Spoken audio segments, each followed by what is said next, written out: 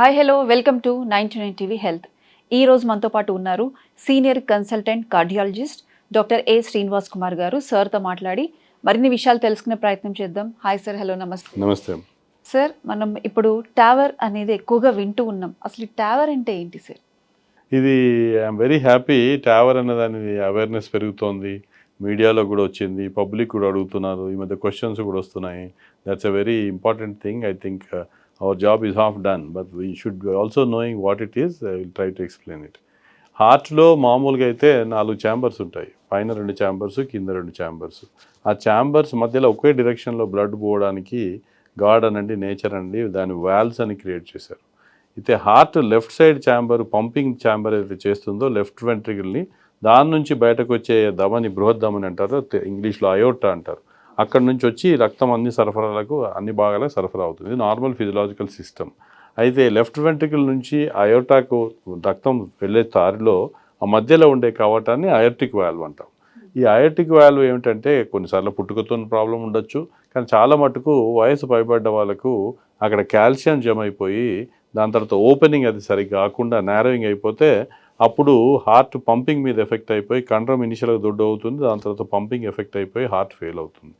ఇది ఎక్కువగా ఏజ్ పైబడ్డ వాళ్ళకి అవుతుంది. అయినప్పుడు వీళ్ళకి అందరికీ హార్ట్కి ఆపరేషన్లు చేయలేక రిస్క్ ఎక్కువ ఉందని చూసి చాలామంది ఇట్లాంటి వాళ్ళు ఆపరేషన్ కూడా తట్టుకోలేక సర్జికల్ అయోర్టిక్ వాల్వ్ రిప్లేస్మెంట్ అని చేస్తుండ్రి, కానీ దానివల్ల ఈ ఎక్కువ ఏజ్ ఉండి రిస్క్ ఉన్న వాళ్ళకి ఎక్కువ రిస్క్ ఉంటుందని చేయకపోతుంది. ఇలాంటి వాళ్ళందరికీ ట్రీట్మెంట్ చేయడానికి వచ్చిన బ్యూటిఫుల్ టెక్నాలజికల్ అడ్వాన్స్మెంటే ఈ టావర్.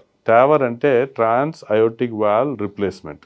అంటే మనము ఇంతకుముందు సర్జికల్ కట్ చేస్తే అది సర్జికల్ అయోర్టిక్ వాల్వ్ రిప్లేస్మెంట్ అంటాం.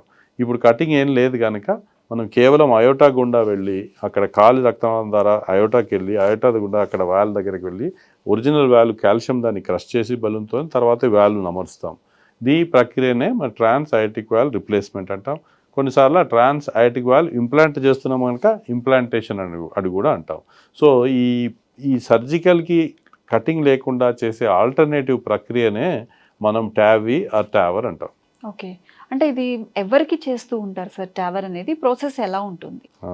ఇందాక నేను చెప్పినట్టుగా ఇనీషియల్గా మొదలైనప్పుడు మాత్రము ఎల్డర్లీ పీపుల్, 70 ఏళ్ళ పైపడ్డ వాళ్ళు, కాల్షియం బాగా ఎక్కువ అప్పుడే ఎక్కువ వస్తుంది జబ్బు కనుక వాళ్ళందరూ ఆపరేషన్కి ఫిట్ లేకుండా పంపింగ్ తక్కువ ఉండి లంగ్స్ ప్రాబ్లం ఉండి కిడ్నీ ప్రాబ్లం ఉండిన వాళ్ళకి మత్తు ఇలేము. ఆపరేషన్ చేస్తుంటే ఆపరేషన్లో చాలా రిస్క్ ఉంటుందని సర్జన్స్ కూడా చేయకపోతుండ్రు. వీళ్ళందరికీ చనిపోతుంది సడన్గా. వీళ్ళందరికీ కూడా ఇనీషియల్గా అర్లీ ట్రయల్స్లో టెస్ట్ చేస్తే టావర్ చాలా బాగా పనిచేసింది. సర్జరీలో మాత్రం ఏమాత్రం రిస్క్ లేకుండా చేసిన అరగంటకే రోగి కోలుకొని దాని తర్వాత ఒక్కరోజు ఐసీయూలో ఉండి నెక్స్ట్ డే డిశ్చార్జ్ చేసే స్టేజ్కి వెళ్ళాం. ఇనీషియల్గా ఫస్ట్ మొదలైనప్పుడు కవాటాలు దొడ్డుగా ఉండేవి కనుక కొంచెం ప్రాబ్లమ్స్ ఉండే, కానీ ఇప్పుడు టెక్నాలజికల్ అడ్వాన్స్మెంట్ వల్ల ఈ కవాటాలు 14 French అనే థిన్ క్యాథటర్ ద్వారా అక్కడికి తీసుకెళ్ళి మనం మార్చగలుగుతున్నాం. ఇంకా దానికి ప్రొసీజర్ రిలేటెడ్లో కూడా వాల్వ్స్లో కూడా రిఫైన్మెంట్స్ వచ్చినాయి కనుక ఈ టావర్ అనే ప్రక్రియ ఇంతకుముందు ఆపరేషన్ ఫిట్ లేని వాళ్ళకే చేస్తుంటివి, అంటే సర్జికల్లీ హై రిస్క్ వాళ్ళకే చేస్తుంటివి. తర్వాత ఆ ట్రయల్లో ఇంకేం టెస్ట్ చేశారంటే హై రిస్క్ కాదు, మోడరేట్ రిస్క్ ఉన్నా చేయొచ్చా, లేదంటే లో రిస్క్ ఉన్నా అంటే ఆపరేషన్లో రిస్క్ లేకున్నా వాళ్ళకైనా చేయొచ్చా అని పార్ట్నర్ 3 ట్రయల్ అని కంపేర్ చేయడం జరిగింది.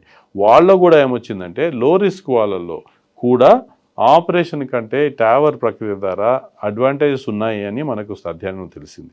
సో కనుక ఇప్పుడు ఆపరేషన్ సూటబుల్ లేని వాళ్ళకే కాదు, ఆపరేషన్ ఫిట్ ఉండి సూటబుల్ ఉన్న వాళ్ళకి కూడా ఇది చేయొచ్చు. కాకపోతే ఎవరికి చేయాలా, టావర్ చేయాలా, సర్జరీ చేయాలా అనేది కొన్ని ఎకో స్కాన్ చేసి సిటీ స్కాన్లు చేసి ఏది ఎవరికి సూట్ అవుతుంది అని మనం హార్ట్ టీమ్ అప్రోచ్ ద్వారా డిసైడ్ చేస్తాం. అంటే హార్ట్ టీమ్ అంటే దాంట్లో కార్డియాలజిస్టు, ఇంటర్వెన్షనల్ కార్డియాలజిస్ట్, మాలాగా ప్రొసీజర్ చేసేవాళ్ళు, దాని తర్వాత కార్డియాక్ సర్జన్లు, మత్తు డాక్టర్లు, ఇమేజియాలజిస్టు అందరూ కలిసి ఒక టీం లాగా ఫామ్ అయ్యి రోగి వచ్చినప్పుడు వారికి టావర్ చేయాలా, సావర్ చేయాలా అనే ప్రక్రియను మనం నిర్ధారిస్తాం. ఇది చాలా ముఖ్యమైన దీంట్లో. చాలా ప్రేక్షకులు తెలుసుకోవాల్సింది ఏంటంటే ఏదో నా దగ్గరికి వస్తే నేను టావర్ చేయడము, గోఖలే గారు మా సర్జన్ దగ్గరికి వెళ్తే సర్జరీ చేయడము కాదండి. ఏది రోగికి కరెక్టో అది చేయాలి. దాన్నే హార్ట్ టీమ్ కాన్సెప్ట్ అంటారు. అపోలోలో దీనికి ప్రత్యేకంగా దృష్టి పెట్టి దానికి హార్ట్ టీమ్ అప్రోచ్ను ట్రూగా ఫాలో అవుతాం కనుక రోగులందరూ కూడా బెస్ట్గా మీకు ట్రీట్మెంట్ జరుగుతుందని మీరు నిర్భయంగా అనుకోవచ్చు. ఇంకా సమ్ ఆఫ్ ద క్రైటీరియాలో ఏంటంటే ఈ వాల్వ్స్ మనకు ప్రస్తుతము 10 ఏళ్ల వరకు పనిచేస్తున్నాయని మనకు డేటా వచ్చింది. సో మనం టావర్ చేసిన తర్వాత ఎన్నేళ్ళు రోగి బతుకుతాడనే దాన్ని బట్టి ఏ ఏజ్లో చేయొచ్చు అనేది మనం నిర్ధారిస్తున్నాం ప్రస్తుతానికైతే. సో జనరల్గా యావరేజ్ లైఫ్ స్పాన్ 70+ 75 ఉన్నది కనుక 65+ వాళ్ళకి అయితే టావర్ చేయొచ్చు అని మనకి రికమెండేషన్ వచ్చింది. ఫ్యూచర్లో ఇంకా ఈ వాల్వ్ బాగా పనిచేస్తున్నప్పుడు ఇంకా యంగ్ వాళ్ళలో కూడా చేయొచ్చాము, కానీ ప్రస్తుతానికి మాత్రము 65 ఏళ్ళు పైబడ్డ వాళ్ళకు అయోటిక్ వాల్వ్ నారోయింగ్ ఉండి అయోటిక్ స్టెనోసిస్ సివియర్గా ఉండాలి. మళ్ళీ కొంచెం ఏదో నారోయింగ్ ఉంటే చేయడం కాదు, దానికి సిమ్టమ్స్ ఉన్నా డెఫినెట్గా చేయాలా. సిమ్టమ్స్ లేకపోతే కూడా చేస్తే కూడా లాభం వస్తుందని అర్లీగా ట్రయల్స్ వచ్చినాయి. కానీ ప్రస్తుతానికి మాత్రం ఈ అయోటిక్ స్టెనోసిస్ వల్ల సిమ్టమ్స్ ఉన్న వాళ్ళకి 65 ఏళ్ళు పైబడ్డ వాళ్ళకి డెఫినెట్గా ఈ ప్రక్రియ యూస్ఫుల్గా ఉంటుంది. ఇప్పుడు సర్జరీతో కంపేర్ చేస్తే అడ్వాంటేజ్ ఏంటంటే ఇప్పుడు కటింగ్ లేదు, మత్తు లేదు, నొప్పి లేదు, దాని తర్వాత రోగికి వేరే విధమైన సైడ్ ఎఫెక్ట్లు, మత్తు వల్ల వచ్చే సైడ్ ఎఫెక్ట్స్ లేవు. దాని తర్వాత రోగి ఇమ్మీడియట్గా కోలుకోవడం వల్ల నెక్స్ట్ డే లేచి నడవగలుగుతారు, ఆపరేషన్ స్టే తక్కువ, బ్లడ్ లాస్ ఉండదు, ఇట్లా చాలా అడ్వాంటేజెస్ ఉన్నాయి. ఇలానే మళ్ళీ చూస్తే ఫాలోఅప్లో ఎకో టెస్ట్లు, ఫర్దర్గా టెస్ట్ చేసినప్పుడు ఏం తెలిసిందంటే సర్జికల్ వాల్వ్ కంటే కూడా దీనికి వాల్వ్స్ బాగా పనిచేస్తున్నాయి, వాల్వ్ ఏరియా బాగా వచ్చింది అని మనకు అధ్యయనంలో వచ్చింది. అట్లీస్ట్ బెటర్ అని కాకుండా కూడా డెఫినెట్గా ఈక్వల్గా ఉందని మనకు అధ్యయనంలో తెలిసింది. సో కనుక నిర్భయంగా కూడా అవసరం వచ్చిన వాళ్ళు అందరూ ఈ టావర్ ప్రక్రియ చేసుకోవచ్చు. సార్ అంటే ఇది ప్రాసెస్ వన్ టైం ప్రాసెస్సా, అసలు ఓవర్గా టైం ఎంత టైం పడుతుంది సార్? సర్జరీ అయితేనేమో కటింగ్ చేసి మత్తు ఇచ్చి చేయాలి కనుక 3 గంటలు అట్లా పడుతుంది. టావర్ ప్రక్రియ ఏంటంటే కేవలం లోకల్ అనెస్థీషియా ద్వారా కాలు రక్తనాళాలకు లోకల్ అనెస్థీషియా ఇచ్చి ఇక్కడ నుంచి మన వాల్వ్ తీసుకెళ్ళి ఇనీషియల్గా కొన్నిసార్లు బలూన్తో డైలేట్ చేస్తాం, లేదంటే వాల్వ్ని తీసుకెళ్ళి అక్కడ అమరుస్తాము, మళ్ళీ ఇమీడియట్గా తీసేసి స్పెషల్ పర్క్లోజ్ అనే ప్రక్రియ పరికరం ద్వారా దాన్ని క్లోజ్ చేస్తాం కనుక ఇమీడియట్గా రోగి లేచి నడవగలుగుతారు. సో ఇదంతా ప్రక్రియను కూడా ఇప్పుడు మనం అడ్వాన్స్డ్ ఇప్పుడు అపోలో లాంటి చోట్ల చాలా 100+ చేసినాం కనుక ఇప్పుడు ఎక్స్పర్టైజ్ ఇంప్రూవ్ అయిపోయి మేము 1.5 అవర్ మ్యాక్సిమంలో టావర్ చేసిస్తాము.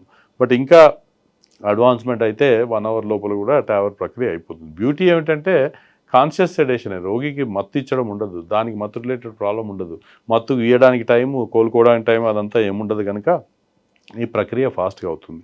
కాకపోతే మోస్ట్ ఇంపార్టెంట్ ఏంటంటే రోగికి ఎటువంటి వాల్వ్ లోపల ఖరాబ్ అయింది, ఎంత సైజు ఉంది, దానికి ఏ విధమైన వాల్వ్ సూటబుల్గా ఉంటుంది అనేది మనం ఫస్ట్ నిర్ధారించుకోవాలి. లేదంటే చిన్నగా ఉన్న వాళ్ళకి పెద్ద సైజు వాల్వ్ పెడితే సడన్గా టేబుల్ మీద ప్రమాదం అయ్యేదానికి అవకాశం ఉంటుంది. సో ఇవన్నీ కూడా ఈకో పరీక్ష ద్వారా, సిటీ యాంజియో అనే ఇంకో టెస్ట్ ద్వారా మనం డిసైడ్ చేస్తాం. సో కరెక్ట్గా మనం ఎక్విప్మెంట్ తీసుకొని కరెక్ట్గా చేసినట్టయితే మనం గంట లోపలనే ఈ టావర్ ప్రక్రియ చేయగలుగుతాం.